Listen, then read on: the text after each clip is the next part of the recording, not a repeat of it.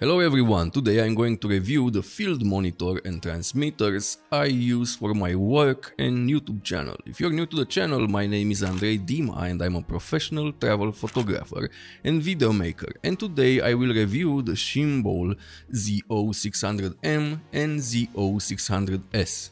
I use the Shimball ZO600M 5.5-inch 1080p monitor for my work for a while now, and I just love it because of a couple of features, so I want to go over those before we go more into detail. First of all, the screen brightness. I travel a lot for my work, but most of my videos were made in Spain, where it is pretty sunny all the time, and this field monitor can handle that because it is very bright and detailed. I tried other field monitors and they were horrible in the sun. I know you can add a monitor hood, but I'm more of a run and gun type of person and love lightweight setups, so the Shimball ZO600M is perfect for me because of its brightness. And the cool thing is, I don't even use it at full brightness, so that is a big plus for me, and it should be for everyone. The second thing I love is that you can add the RGB parade panel, vector scopes and the histogram on the screen at the same time. Not many field monitors let you do that, and did I tell you this monitor is also a transmitter and receiver? Now let's get into the review. The build quality of the ZO600M monitor is very good. I will talk about the wireless transmitter ZO600S later in the video. It's made from plastic, but good quality plastic. It has a nice feel to it. Everything feels very well put together, and in the time I used it, I had no issues with it. On the back you have two MPF battery slots that you can hot swap. This is such a great feature to have. Your battery is running out, just take another, put it in the other slot and remove the one in. To recharge, you have an HDMI in and HDMI out port, a headphone jack so you can monitor your sound, and the DCI in. On the other side you have an USB Type-C port and the micro SD. You can use the micro SD to add LUTs and upgrade your firmware. On the top you have the button and three very useful function buttons, as you will see later. Also, I think this hump here serves as an antenna because this is a wireless monitor after all. And as I said earlier, this is a bright display at 1000 nits, but also color accurate with a contrast of 1200 to 1.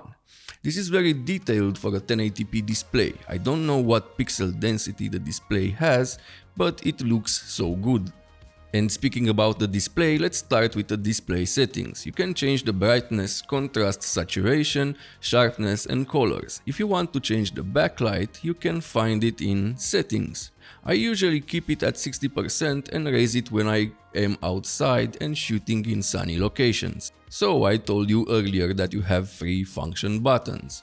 You can add so many functions to these buttons depending on your needs. I use waveforms, vector scopes and LUTs. On the bottom of the screen you can see your options like connections and waveforms. Let's start with waveforms. In this menu, as I said earlier, you can add waveforms, RGB parade, the histogram and vector scopes. You can add three of them at the same time, but not waveforms and RGB parade at the same time. You can also change the opacity.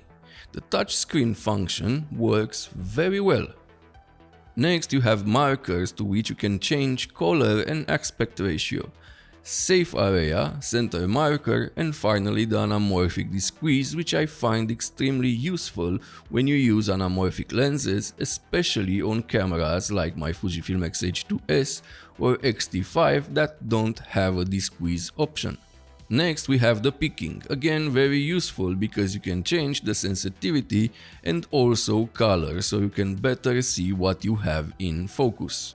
Next you have zebras and you can set the maximum and minimum, again very useful when shooting in different log types, like on the Fujifilm X-H2S where you have f-log1 and f-log2 that you need to expose differently, so changing the minimum and maximum on zebras is a must.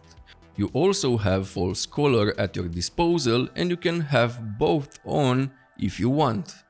You can add your own LUTs on the card. The camera has also some standard LUTs on. You have gamma, HDR options like HLG, and color temperature. The monitor can also be used as a teleprompter. This and the fact that it is a receiver and transmitter makes this monitor a great option for YouTubers. You can also record video on this monitor, but sadly it is only 1080p up to 60 frames per second. This is not an external recorder like the Ninja V, but this can be a useful option if you use proxy. As I said earlier, this is a wireless monitor that can be a transmitter or a receiver, means you can connect it to other monitors, your phone, more on this later, and other devices like the ZO600S wireless system, which I also use. These transmitter and receiver from Shimball are very well built. They are made from a combination of plastic and metal, super easy to connect. They have no annoying antennas, but have a very good range of 600 feet and a latency of 80 milliseconds, and weigh only 160 grams without an MPF battery. Yes, they work with MPF batteries. It can transmit video up to 1080p at 60 frames per second to the receiver, the ZO600M monitor, or the phone app. I use this with the app for my lens reviews to show people how autofocus works and different features like eye detect and so on. You can easily attach it to your camera and transmit the feed to your phone, where the app records the feed from your camera. A must-have option for people like me.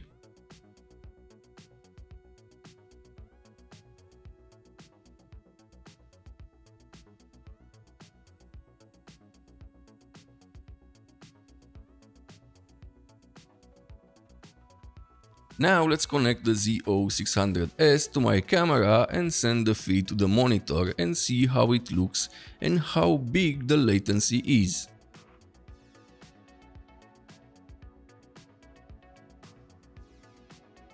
Overall, the Shimball ZO600M monitor and the ZO600S wireless video system are great quality tools to have if you are a content creator. At this price point, this setup is unbeatable. It offers so many video tools, good range, decent latency, and much more. The video monitor is color accurate and very bright, making it a great tool for video makers.